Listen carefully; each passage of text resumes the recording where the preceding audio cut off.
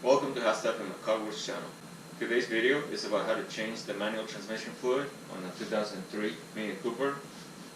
The product that I'm going to use is this manual transmission fluid made by Redline that meets the Mini Cooper specs, which the specs for the Mini Cooper is MTF 94.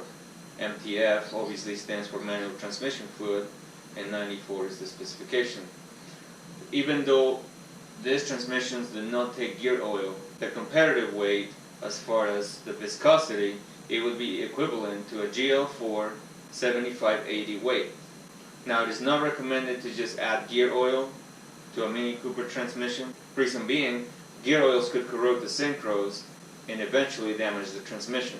So manual transmission fluids like this one are designed for transmissions like the Mini has. So very, very important to put the correct fluid. I'm going to aim the camera up close so you can see that this oil meets the specs for the Mini, among other vehicles obviously. So here's the front, and here's the back that shows you the specs for other vehicles. So there's the Mini MTF 94. It also meets the GM Synchro Mesh, GM Auto Track 2, and the SAB manual transmission fluid 0063. Plus you got some Beamers, Chryslers, Fords, Hondas, Land Rovers, and as I was explaining, the weight would be equivalent to 75W80 API GL-4 gear oil. So to gain access to the drain plug and the fuel plug, you're going to need to lift the car up. This is not something that you can do just by driving the front wheels up on ramps, because the angle is going to give you an inaccurate reading. So make sure you lift it with floor jacks and place some jack stands on the front and the back to keep it safe. Other items that you're going to need is a 17mm socket and a ratchet. The 17mm socket will fit both the drain plug and the fuel plug. Want a light so you can see underneath. Safety glasses so nothing falls on your eyes obviously. And a drain pan to drain the fluid. For the girls that are watching the video, if you want to work on your own car and you don't want to ruin your manicure, make sure you wear rubber gloves. So now that you know what else you'll need, it's time to get started. I'm going to show you where the drain plug is.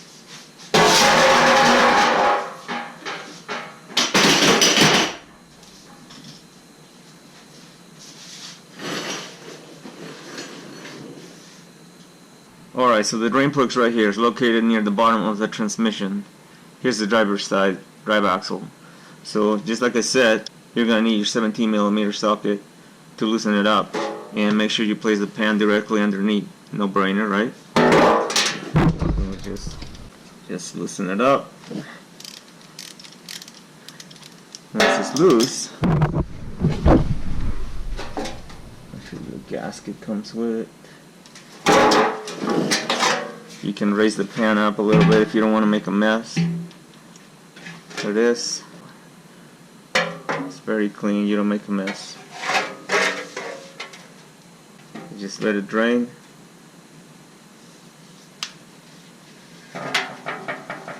You know, inspect your plug, make sure it's not stripped while it's draining. Inspect the gasket too.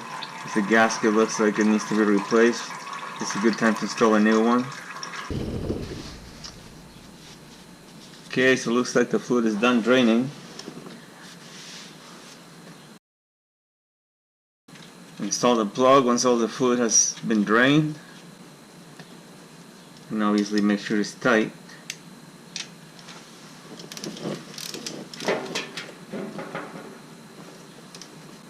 So now I'm going to show you where the fuel plug is. And I already said it uses the same socket. So the fuel plug is located near the back. It's right here. So it's going to be a little bit harder to get to. This was obviously very simple, but you can still use the ratchet. So remove the plug and I'll show you how to add the fluid. Okay, so here's something that is worth mentioning, because you're probably going to see it in your transmission and I don't want you to be scared. These plugs, both the drain and the fuel plug, they're magnetic, and they're going to attract any metal shavings that are circulating in the oil. Now a little bit of metal is acceptable depending on how long it's been since that transmission was changed.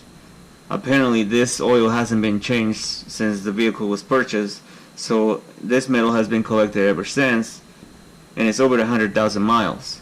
So this is acceptable for that many miles.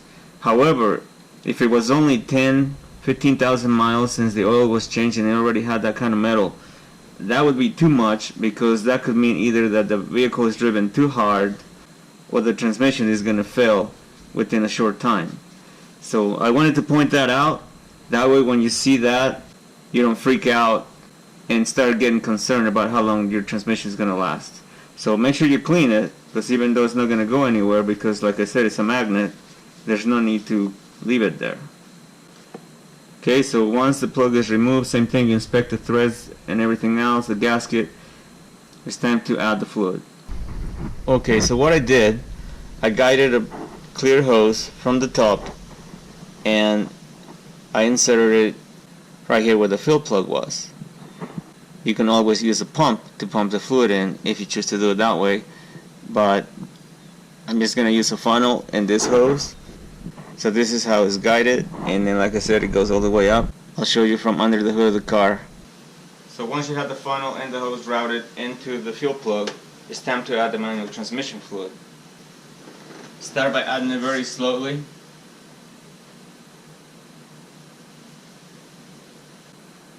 By adding it slowly, you can detect if there's any fluid running out, because the hose may not be inserted all the way.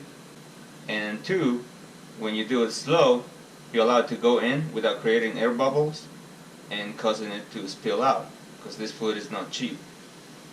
So you should be able to add the first quart without stopping. Just add it all the way, like I said, as long as you do it slowly. If you get to the end of the second quart and there's no fluid leaking out, just remove the funnel and the hose and insert one of your fingers into the fill plug cavity to make sure that you fill it. And in the unlikely event that it wasn't full yet, then you would have to get some more fluid. But 2 should be more than enough, just so you know.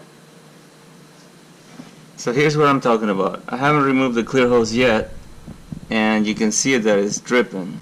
What I did, I went ahead and poured the entire 2 quarts, and if you look at the hose right there, you can see where the fluid ends. So when I remove it, there's going to be some fluid spilling out, because now that the transmission is full, there's no other place for the fluid to go except to spill out. So, just giving you a visual on what to expect. I already mentioned I have the pan underneath, so I'm going to go ahead and remove that hose, and then you'll see that I'll have more fluid dripping out. There. Not a whole lot. So once I have only a few drips coming out, it's time to install the fill plug back on. I'm going to wipe the surface. And obviously it's important to make sure it's tight. Last thing you want is the plug to come loose and you lose all your fluid. Okay, so there it is. Just wipe it down one last time, make sure I don't have any fluid anywhere. That way I'll know that there are no leaks after I take it for the test drive. So the hose and the funnel, I'm just going to pull it out from under the hood.